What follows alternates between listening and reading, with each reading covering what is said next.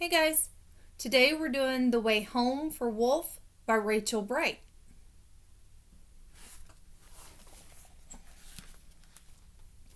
As a rainbow of lights flickered soft in the night, dusting diamonds of ice in a desert of white, the wild whipping wind, it whistled its tune to a howling of wolves and a shimmering moon.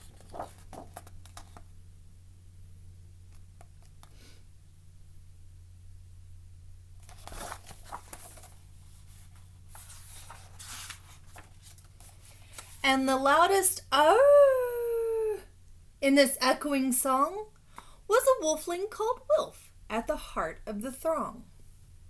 He loved to be fierce and longed to be grown. He liked to try everything all on his own. "Look at me, I am big, I am tough," he would growl, while he showed off his strength and practiced his prowl.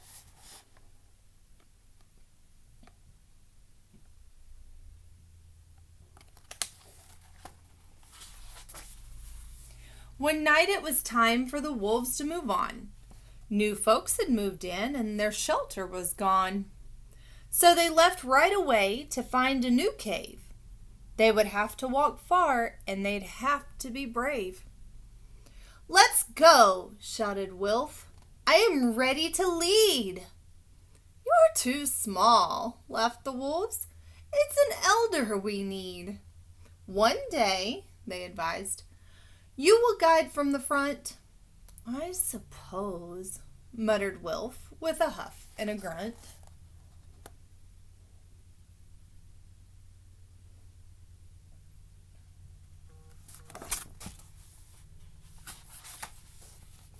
They struggled through snow as high as their flanks and leapt over rocks as they scaled icy banks.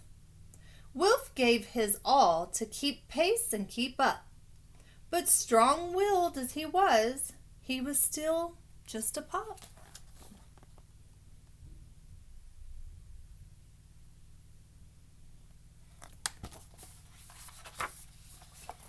He kept dropping back with each clamber and climb, as the pack journeyed further away all the time.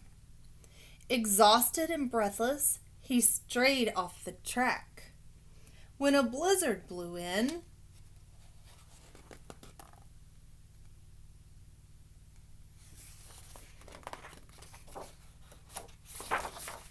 And he lost his way back.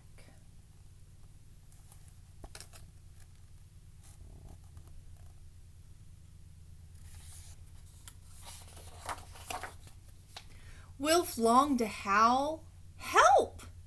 and to holler it loud, but his throat was too hoarse and his heart was too proud. He lay on the tundra, his tail curled up tight. A blanket of stars was his bed for the night. Until crack went the ice. Crack and creak! Wilf jumped to all fours with a deafening shriek. He stuck out the claws on every limb. He had to hold on because wolflings can't swim. Then he fell and he fell, rolling and spinning.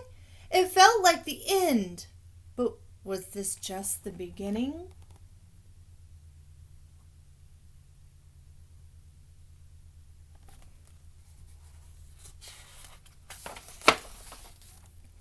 Since somebody down there had heeded his scream, and she swooped from beneath like a watery dream. "I'll help you," she called. "Just reach for my horn." A majestic and magical sea unicorn. Wilf's pride washed away and he stretched out his paw as she lifted him gently back onto the shore.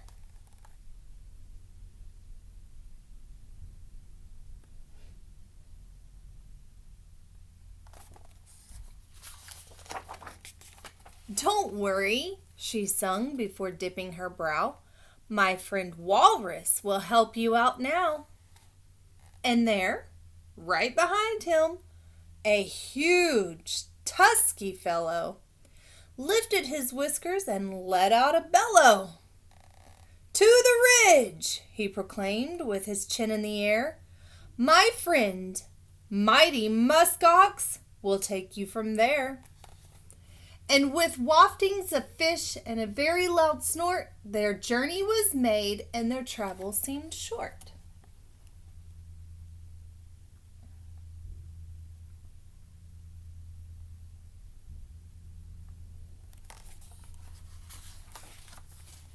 And there, sure enough, on the ridge was the ox, who took Wilf as far as his friend, Arctic Fox, who followed his nose through the trees to a goose, who guided him honking to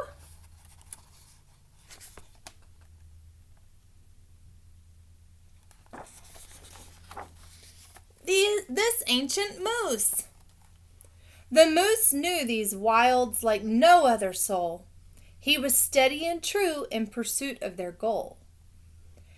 As the twilight closed in, Moose sang out a call to a fluttering, tiny fluff ball. A bear moth, who showed Wilf the rest of the way to the place where this wolfling most wanted to stay.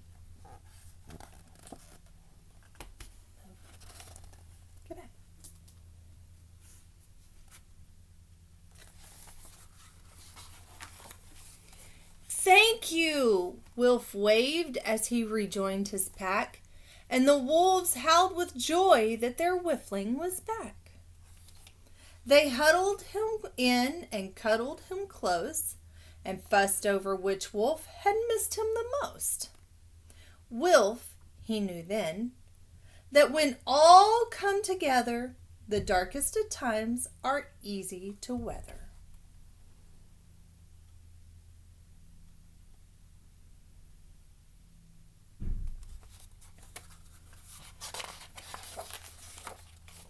So he bowed to the narwhal, ox, walrus, and goose, and vowed to the fox and the moth and the moose, "If ever I meet one who's strayed off their track, I'll help them along by guiding them back." And true to his word, Wilf is different now, and his world seems much smaller and warmer somehow. Since wherever life takes you, wherever you roam,